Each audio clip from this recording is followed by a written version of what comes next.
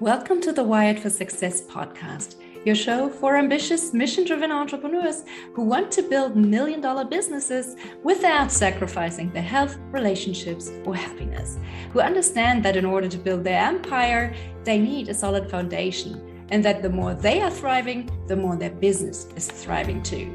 This show brings you the very best from science, self-development, and entrepreneurship to set you up for sustainable success.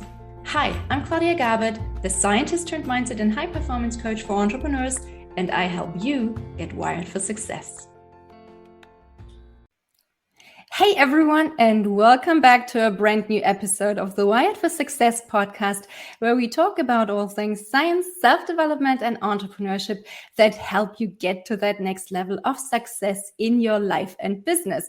And my guest today is Sebastian Schieke. He's a serial entrepreneur, a CEO, mentor, business coach, and investor. He has founded and run multiple seven-figure companies and currently focuses on helping fast-growing companies to develop resilient leadership and high-performance teams so that they can grow despite having to face constant volatility, uncertainty, complexity, and ambiguity. He helps his clients with an international mindset and German efficiency. And I love that. So welcome, Sebastian, and thank you so much for taking the time to share your wisdom on my show today. Yeah, thanks, Claudia, for having me on your amazing show. Great to be here. Absolutely. As the listeners can probably tell by our adorable accents, we're both German. And I saw that you grew up in East Germany too, just like me. Exactly. Wow. Okay, what a coincidence. I didn't know. Yeah, I was born in Jena. Oh, okay. I was born in Dresden. And growing up in East Germany, it's an interesting background, and I think it gave me a lot of skills I need to be an entrepreneur, to be a successful entrepreneur. Because as you probably can relate to, growing up in communist country, we really had to be resourceful, Absolutely. create something out of nothing. And this resourcefulness, I can actually relate to be one of my biggest skills as an entrepreneur. I was about to ask you something like that because I wanted to start this conversation just by taking a trip down memory lane. So what was it like for you to grow up in the former eastern part of Germany? And do you maybe recall some specific early childhood memories that really shaped your personality and mindset and set you up to become a successful entrepreneur later in life? Interesting question. When I tell my story about growing up in the East, I always say, hey, back then, entrepreneurship basically didn't exist. Everything was, everything belonged to everybody. Yeah. Also, everybody had nothing, basically. Yeah. So it still belonged to the government. And entrepreneurship was not existent. Yeah. Probably 98% of the people, they had a full-time job somewhere. So entrepreneurship didn't exist. My first encounter with entrepreneurship, however, was with my mother, because she founded her own hairdressing salon back then in Dresden, which inspired me. I saw this as something, she can decide her destiny. She can really create something without being told by somebody. And this was sort of the first encounter with entrepreneurship. And I grew up during a time, when the wall came down. I was 13. And I learned, or I saw that there was so much change, Mm-hmm. So change was also something which was part of my life since then, or is part of my life since then. Yeah, you had these big waves of people leaving the country, a lot of demonstrations. We had times where they basically left via Czechoslovakia, Prague, or Hungary. And so was this big, in German we say Aufbruchstimmung, and this was really shaping me back then. I thought, hey, change is something I thought as something positive. That's interesting.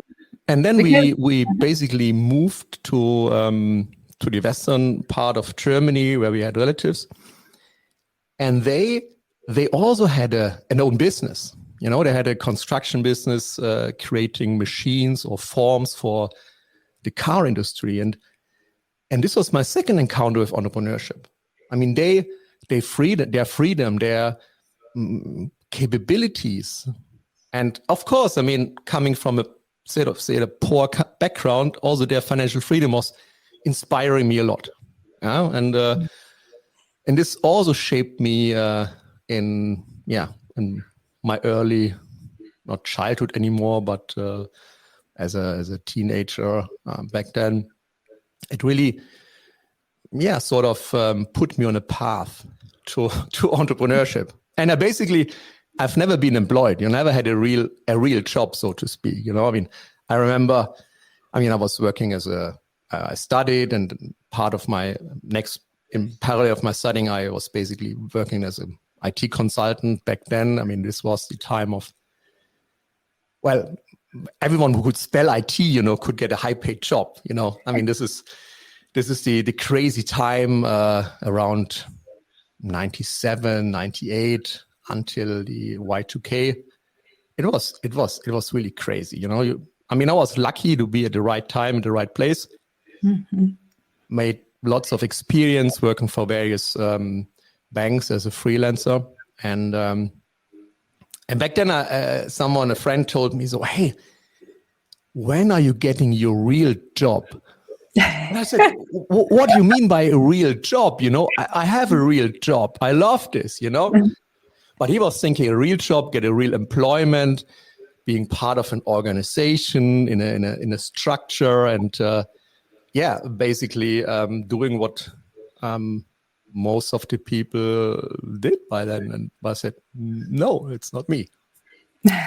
That's so interesting, because for me, it took such a long time to embrace the idea of entrepreneurship, because, as you said, I grew up in a family where everyone basically expected you to do the normal thing, to get the real job, to just, finish school, get a university degree, get a good job, and that's it. And then you just basically work for the rest of your life until you get your pension, and that's it. But when you think back, so apart from those early experiences with entrepreneurship in the West, what else? So when you moved to the West, did you experience it as some sort of culture shock when you arrived? Did it change how you thought about the world in different ways as well? Did it change my thinking? I mean, I must say we had close relatives, so we had a lot of information exchange. So I knew a lot what was happening in the West. I had, we had a lot of people leaving, and they're also talking to us. So, no, actually not. I was amazed what was possible, seeing all these people fulfilling their dreams, creating companies. Of course, also, I was young, and also being able to go to a shop and buy what you want, of course, this, I'm not neglecting this, back then this was an important topic for us, for everyone who didn't grow up there, obviously many people, for example, if you want to buy some shoes for kids, if you're lucky, someone told you, hey, look at this shop, they have shoes in this size, you better hurry. So you went there, and then you queued for an hour to get some shoes. This is standard living. Yeah. And here everything was available in abundance, So of course, this was quite impressive. It also created this this urge in me to create something. To basically, I always say money is not a good motivator to become an entrepreneur. Yeah, but when you start and you have nothing, it definitely is one until you reach a certain point. And back then, money was a motivator for me. Yeah, and I saw this, and it really drove me. And a status upgrade. I wouldn't say status. I would say I'm not a status person, but just the ability to fulfill your needs. I mean, in the end, it's all about needs. Needs we fulfill, and coming from this shortage environment, we had needs which we could fulfill back then by earning more money and being able to travel and do all those kind of things. Basic needs. When you look at the Maslow pyramid, I mean, these are the basic needs we fulfilled back then. Yeah. Absolutely. Yeah, I think that was a huge contrast between the scarcity in the eastern part of Germany and the abundance that you mentioned in the western part of Germany. And it's so funny how you remember certain things. So I still remember the first time we went over to the West, and it must have been very soon after they opened the border. I don't remember exactly when it was, but we went by train. That much I remember. And it was very cold and gray. And when we arrived, people were celebrating in the streets, and they were giving out hot mushroom cream soup for free. And an old lady just came over and gave me a bar of chocolate. And it felt like we had arrived in this magical land of milk and honey. But of course, that was more of a surface magic. And once we actually moved to the West, we discovered that people had problems there too. Exactly. Maybe not the exact same problems, but problems nonetheless. The magic really was, the initial magic disappeared quite soon. Seeing that they also cook with water, and they also have problems like we have, or we had back then. So true. Now, getting back to the entrepreneurship part. So you already mentioned that you started in the IT business world, but can you maybe tell us a little bit more about the first business that you created and the ups and downs that you encountered along the way? Of course. So I started as a freelancer. Yeah. So this means that you had skills in a certain area, and you were hired for projects. 3 months, 6 months, sometimes 12 months project. And I actually started while I was still studying, and basically took a break from university and went to a bank here, basically finished this project and went back. And I did this for various years. And it was...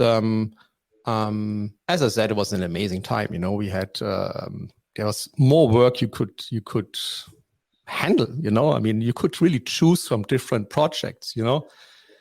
And all of these projects were really highly paid. So yeah, it was like dreamland. And then after Y2K, I said, I want to have a real company, just me being a freelancer, I want to have a real company. So I founded my first real GmbH, as we call it here in Germany. Initially, I wanted to focus on staffing freelancers to all these projects, but I quickly realized, so that's not really what is really giving me joy, just shuffling CVs back and forth. So I continued to work as a consultant. And as usual, be at the right time, at the right place. By accident, or by chance, I got a project where they started implementing a treasury management system for this corporate. And I was basically working on the IT side of this project, but no one in this team really understood the application. They all just did very small elements, parts of this project, but no one really understood what's going behind the curtain. So I thought, hey, it's interesting. I basically literally printed out a manual and started learning this huge application, and after a while I was very skilled and really a really important part of this whole project. I did this for 2 years, but then I came to the point where I really wanted to go on holiday. I wanted to take time off, and I wanted to travel. I wanted to go 6 weeks to Australia, but I couldn't leave my client behind. I just thought, hey, I mean, they need me. So what could I do? And I said, hey, okay, maybe I need to hire someone. And this was the time when I turned from a freelancer to real entrepreneur, or at least I thought back then I was a real entrepreneur because I had my first employee. Yeah. So I had this guy, I went away traveling, and it all worked out fantastically. And then when I came back, I said, okay, this worked well. So let's see what else is in this market. So we acquired other customers, we hired more people. And then this business was growing. And honestly, I didn't need to do much. It was growing for the next almost 10 years. It was growing constantly. I was just be at the right time in the right place. I mean, really, I consider myself lucky. So we worked for big names, big clients in Europe. And at the peak, I had probably about 20 odd employees doing quite a substantial business. And it was funny, it was interesting, because honestly, I wasn't that happy, because it's just, I mean, now in retrospect, I knew why I wasn't happy, because I wasn't really growing, it was just working, but I didn't understand that in order to really be fulfilled, you have to grow, you have to develop skills. But back then I was just running this business and had lots of projects, and of course a lot of political discussions within client organizations, what you have when you work for these big corporates. And I wasn't really feeling happy. And then also something happened.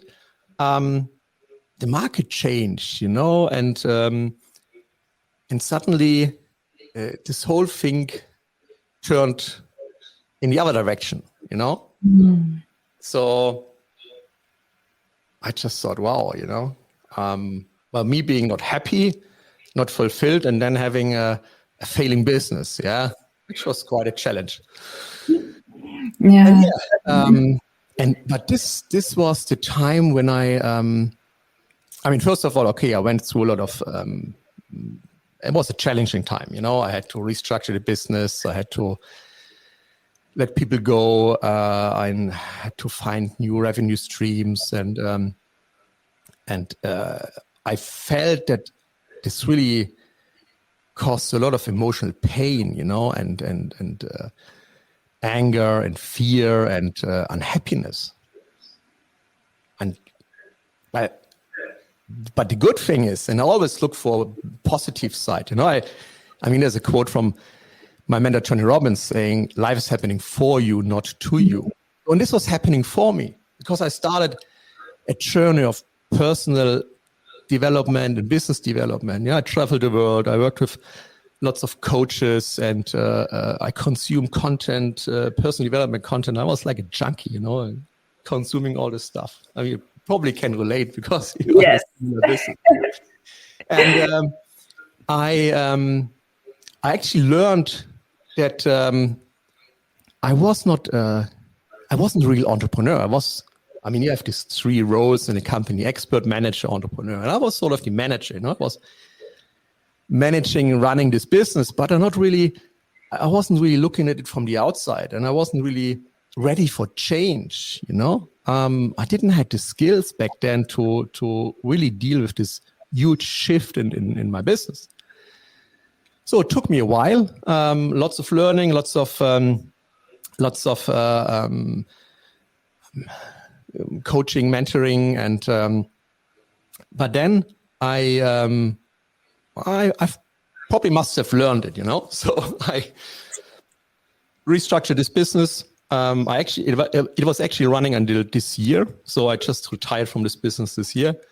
I founded another business focused in the area of digitalization, digital marketing. I run this successfully for many years, and I started to become a business angel and investor, investing in startup, primarily in the tech industry. Nice. So I really changed, and the last 10 years, almost 10 years of this first business, I worked from the outside. So I was more like the business owner and not the manager anymore. I had people running this show, and it continued to be successful until this year, basically. And I could focus on other things, like my other business and the investment part. But I still wasn't 100% happy with the other business, So I still thought, okay, it's a journey. It's my journey, yeah. And then I realized, yes, I actually want to. I mean, I'm seeing all these people on stage, and impacting so many lives from the mentors I worked with. I actually thought, hey, I also want to do this. I also want to impact other people. I want to help them grow. I want to help them basically get over these challenging times and grow their businesses. And this is why I decided to really focus 100% on mentoring other entrepreneurs and developing high performance teams, and not being in the service industry anymore. So now I have two pillars, basically, my investment and business angel business, and the success mentoring business for successful fast-growing tech companies. Love that. So it's so important that you mentioned this difference between working in your business and working on your business, which makes a huge difference. And also just that you were willing to share those challenges with the listeners today, because to a lot of people, it can seem like everyone else is successful, but they are the only ones who are struggling, because we just see all the highlight reels on social media, and it can feel like they are the only ones who are struggling, which isn't true, because everyone has their problems, everyone has their challenges. And as you said, it's a journey. We have to take one step at a time. So if you had to summarize it, what would you say, what role does self-development play in becoming a successful entrepreneur? I think is so essential. I mean, if you want to be a leader, you have to lead yourself first. I mean, this is you cannot run an organization, you cannot run a team in a company if you're not able to lead yourself. To set goals, to implement them, to develop successful habits, to manage your emotions. I mean, I was talking to a business owner, a CEO from a startup, and he had to let someone go, and then I talked to him, and he asked him, okay, how's the mood in the company? It's not good. I said, okay, why is this that way? I mean, why are people probably anxious and fearful and not motivated? Yeah, it's because of me. I said, okay. Yeah, because I show them that I'm not in a good mood. Hmm. I said, oh, okay, interesting. But why is that? Or don't you think you should encourage your people and give them a positive environment and show them that they can trust you and show them that there's actually a future, Yeah, but I have to be me, and this is not, I cannot just show them something which I'm not am. And I said, all right. So, I mean, maybe we have to work on you first, I mean, unfortunately, he wasn't open for this kind of thing, and he still believes that he has to be his true self. But I mean, there are ways to change your or to work on your true self, that you're not expressing all these negative emotions and that you are a leader which creates a positive and thriving environment. But you can only do this when you accept that you have to lead yourself first, that you have to work on certain areas and aspects of your life and business. And this is why I think this is very, very important. That is so important, because the more we work on ourselves, the more we learn to be responsive instead of reactive all the time. And Exactly. if we always just react to the environment, we never change the environment in the way that we want it to be. So do you have maybe some suggestions for books or tools and techniques that you have found particularly helpful in the area of self-development? Oh my God! How long did you plan to have this conversation? I have a whole library of books, and I mean, the interesting thing is that the content you learn with we look at different mentors and coaches, the content, what I experience is most of the time it's the same, very similar content, focus on the things you can change and I mean, which are in your direct control, and not on the things you cannot change, like the economy, like the next virus pandemic, whatever, and so on. The content is the same, but the way people teach the content is different. The way people, the stories they tell from their past are different, and this makes the whole coaching and mentoring a success or not. Let me tell you how I started. I started with a German mentor. I don't want to name the name here because I mean, some people like it or not. But I started with a German one who's very German. It was this typical 9-to-5 seminar and very structured and not many emotions. And I mean, I took this in from an intellectual point of view. Yeah, it all made sense. But honestly, I didn't really put many things into practice. And then I started to work with American mentors and coaches. And I mean, you can say what you want. And they always, this is chaka and I think they have a very interesting concept because they bring emotion into the whole learning experience, and they bring in music, you dance, you move your body, and you have seminars. I was at seminars for 14-hour a day, 3 days in a row, very exhausting. But I learned so many things because my mind was always on alert. I was always consuming all this information. And every time I went to some of the seminars, I went multiple times. Every time I learned something new. Also, the content was the same because I was at a different stage in my journey.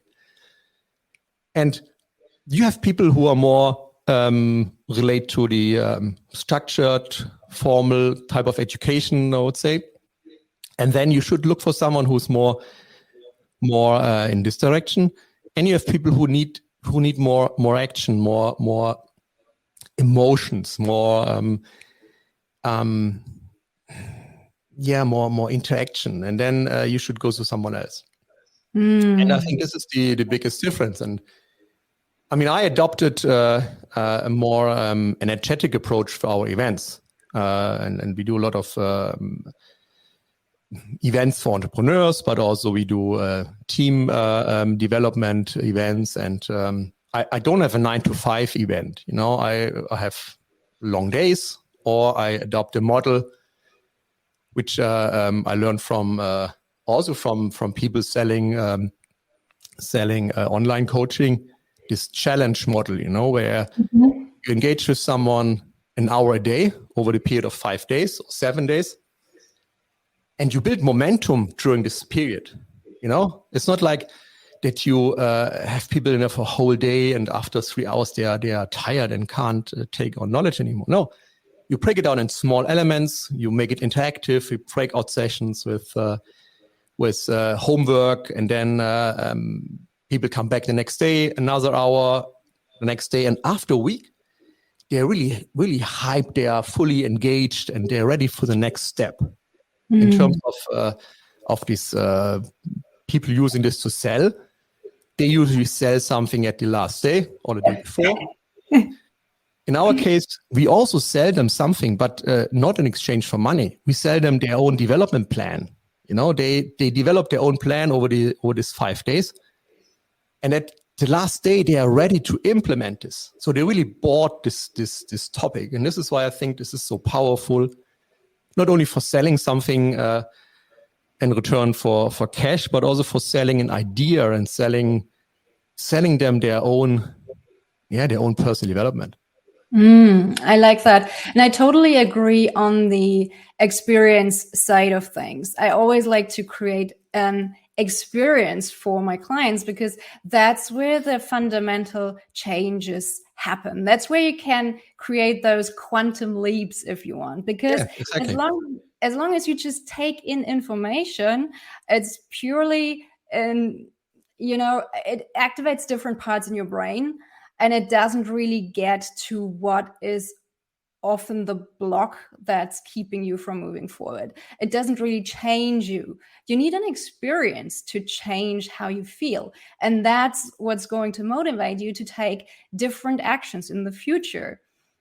And the way I see it, mindset and self-development are really at the basis of creating a life we truly want. Now, this sounds terribly abstract, and people might be like, what does this actually mean?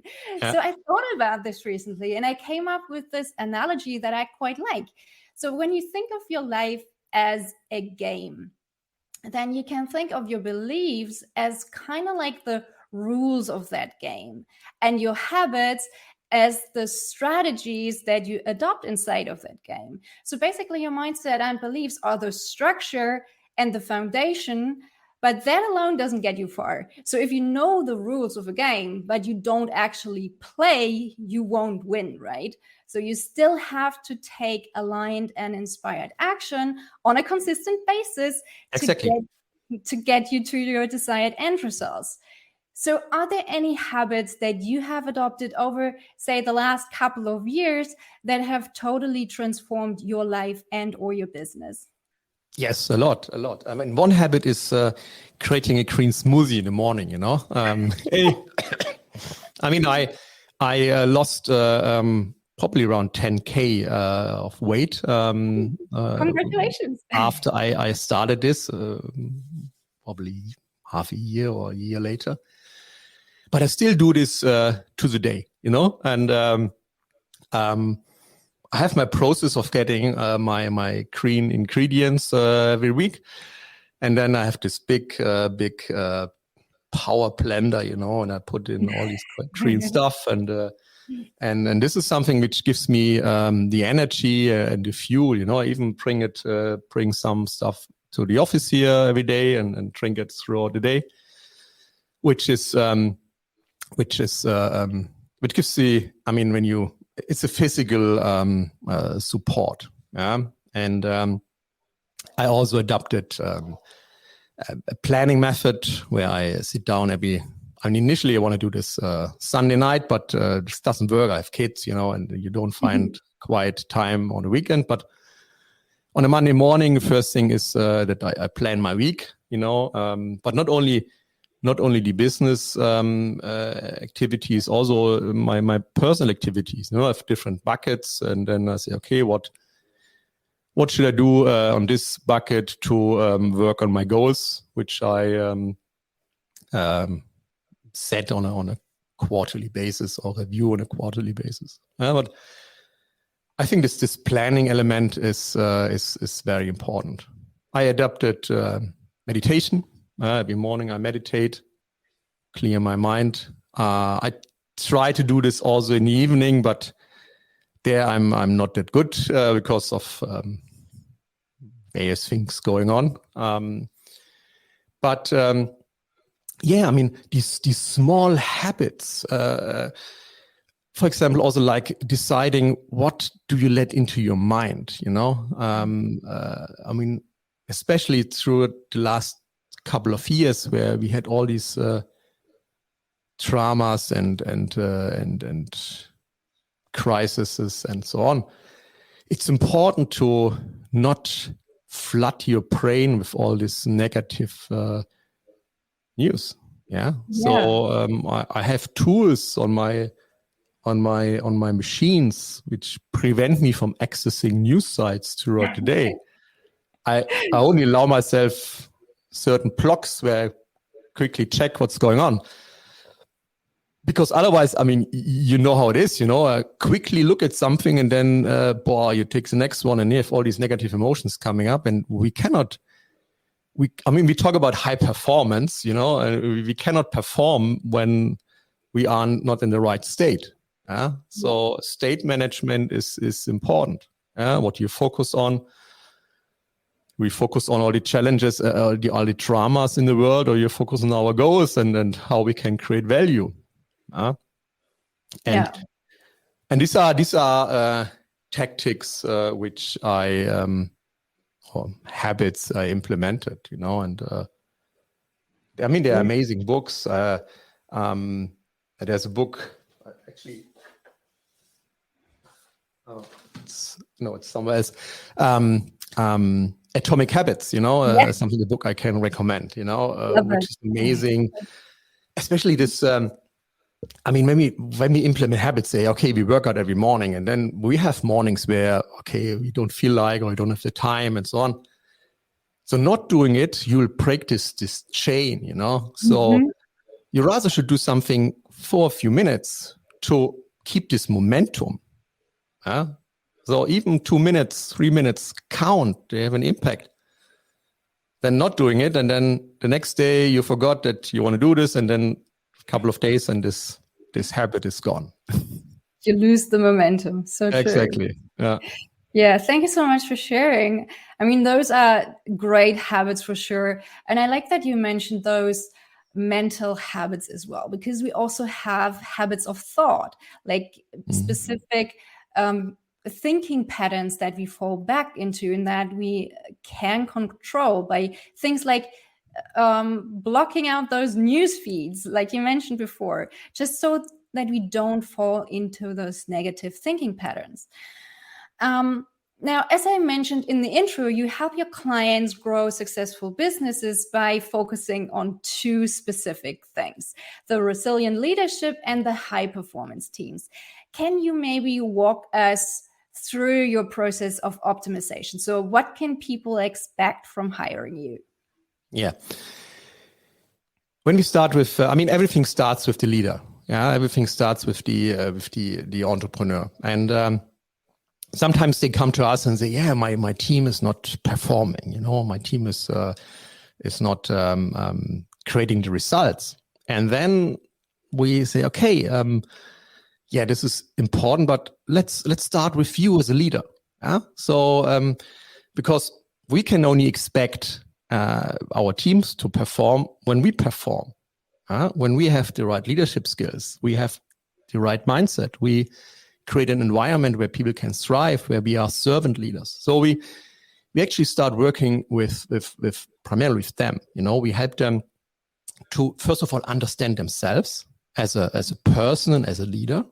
We can do this with, I'm certified in DISC, motivators, and critical thinking. These are 3 pillars which we use. We run personality assessments with the leaders, but also with the team later on.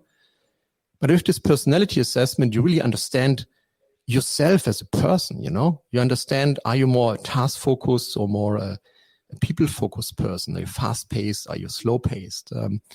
What is important for you? Do you need stability, or do you need, can you thrive with change? Are you a conscientious person that you need a lot of data and information before you make a decision, or you're more gut-driven? And this is so important to understand, because how do you want to lead someone if you don't know yourself? So this is one pillar. The other pillar is what motivates you, and you have seven dimensions of motivation, and like power, like altruism, like knowledge. So a lot of people they really need to understand everything in detail before they carry on. Or knowledge is a very motivating factor for them. So I like to learn a lot. So my motivational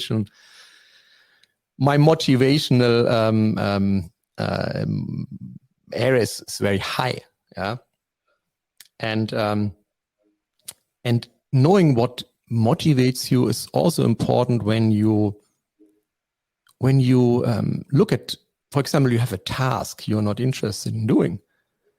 But maybe if you look at this task and see, okay, how can I fulfill my needs in executing on this task? So maybe I learn something also if I'm not interested in doing it. Maybe I learn something. So I fulfill my theory motivator by working on this task. So this is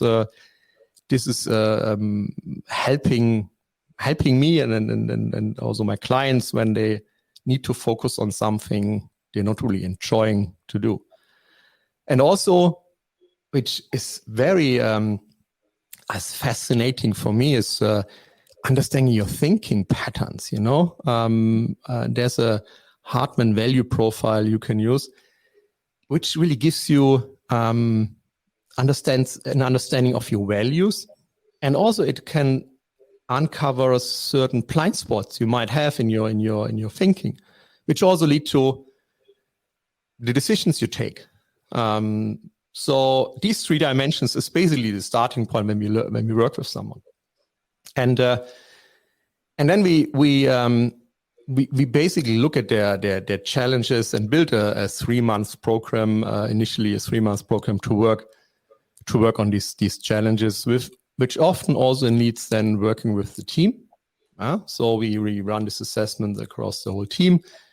We create these high engaging team challenges where we help them understanding themselves. We help them improve communication within the team. So there's this, we all know this golden rule of communication: treat others in the way you want to be treated. But actually, this is not how it should be. You should treat others in the way they want to be treated. So this is the platinum rule. And we teach these rules and tools how to understand people and how to communicate in the right way to create, in the end, an working environment, a performing environment, a high performance team. And people also love working, because it's not only about performance and results. It's also about how can you create an environment where people thrive, where people really like working, and where they can bring the best out of them. So sorry. Yeah. Go ahead. Is there anything else that you wanted to add to that?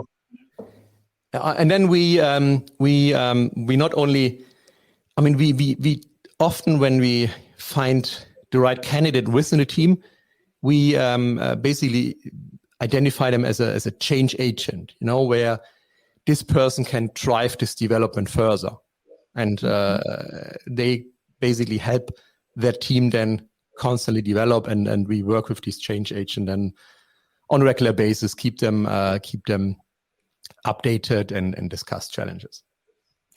I love that personalized approach. And that's basically what I do with my clients too. I don't take them through a cookie cutter program. We start similar to you or similar to your process with a thorough assessment of different areas of their lives. We discuss their goals, and then we also look at their beliefs and their values, and we create an action plan that aligns all the puzzle pieces. And of course, they'll encounter challenges along the way, right? Yep. That's totally normal. And that's where where we can use different tools and techniques like cognitive behavioral therapy, neurolinguistic programming, clinical hypnotherapy, to name just a few, that help them overcome the challenges that they're facing. So I can really tailor the approach that I'm using to the specific situation. So in my experience, probably most blocks people encounter have to do with some sort of unresolved emotional trauma from the past, some experience that still makes them feel bad even after years, and that gets in the way of creating a new reality. Is that something that you have noticed in yourself or in your clients too? Definitely. I mean, NLP is something which I experience on myself a lot, and of course also use in our mentoring and coaching. I mean, yes, it's many things are rooted deep in our subconscious mind, which are put there during our childhoods, and uncovering these experiences and sort of setting them free is a crucial part. Yeah. But I mean, we are not only. I mean, I'm not a. I mean, we take our experience of 25 years running companies and also bring the practical side into this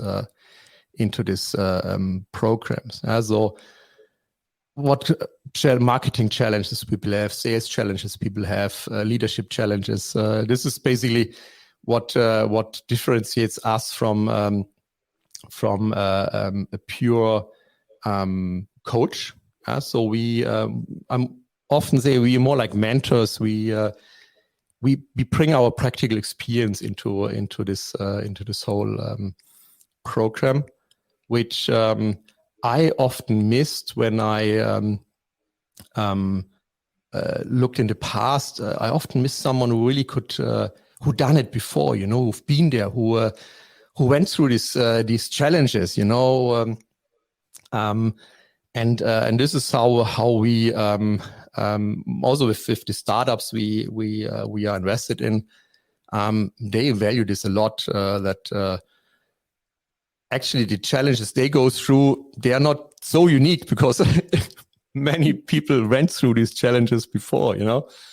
I mean, this is what people often think, that that their problem is unique, and it's only my problem and no one else has it. Well, I mean, that's fortunately not the case. But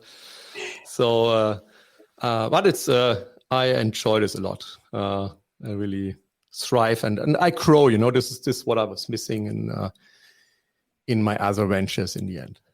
This sounds great. Is there anything else that we haven't touched on so far that you would like to share with our audience today? Well, it's been an amazing conversation, Claudia, and I mean, just reach out, and if you have any questions, I guess you post the links and in the show notes. I'm quite active on LinkedIn, and just get in touch, and I'm happy to discuss topics and help wherever I can. Thank you so much for that. So where can our listeners find you? So you mentioned LinkedIn, so that would be the best place to reach out, or do you want them to go to your website? Yeah, I mean, the website is, of course, gives a good impression what we do. Yeah, so check it out. But if you really want to get in touch with me, connect me on LinkedIn, message me there, and this is where I'm most active and happy to. I'm always happy to meet new people, and of course, I'm also. May I talk a small thing about my own podcast? I also have a podcast, the High Performance CEO podcast, which I started actually 1.5 months ago, and it's an amazing experience. I meet so many interesting people. So check it out. Right? It's everywhere where you find podcasts. Awesome. Sebastian, thank you so much for sharing those tips and insights with us today. It's been a pleasure having you on the show. Thanks, Claudia, for the opportunity. Keep up the good work. Take care and talk to you soon. Bye. Bye-bye. Thank you so much for listening to the Wired for Success podcast. I hope you've enjoyed this episode. If you did, please take a sec to rate and review my show or share it with a friend. That way you can support the show and help me reach and support other entrepreneurs like yourself as well. If you would like my help to figure out how you can go from overwhelmed and overworked hustler to empowered and confident leader, check out my website at www.wiredforsuccess.solutions and book a free 20-minute strategy session with me. Can't wait to help you get wired for success. Until next time, take care. Bye.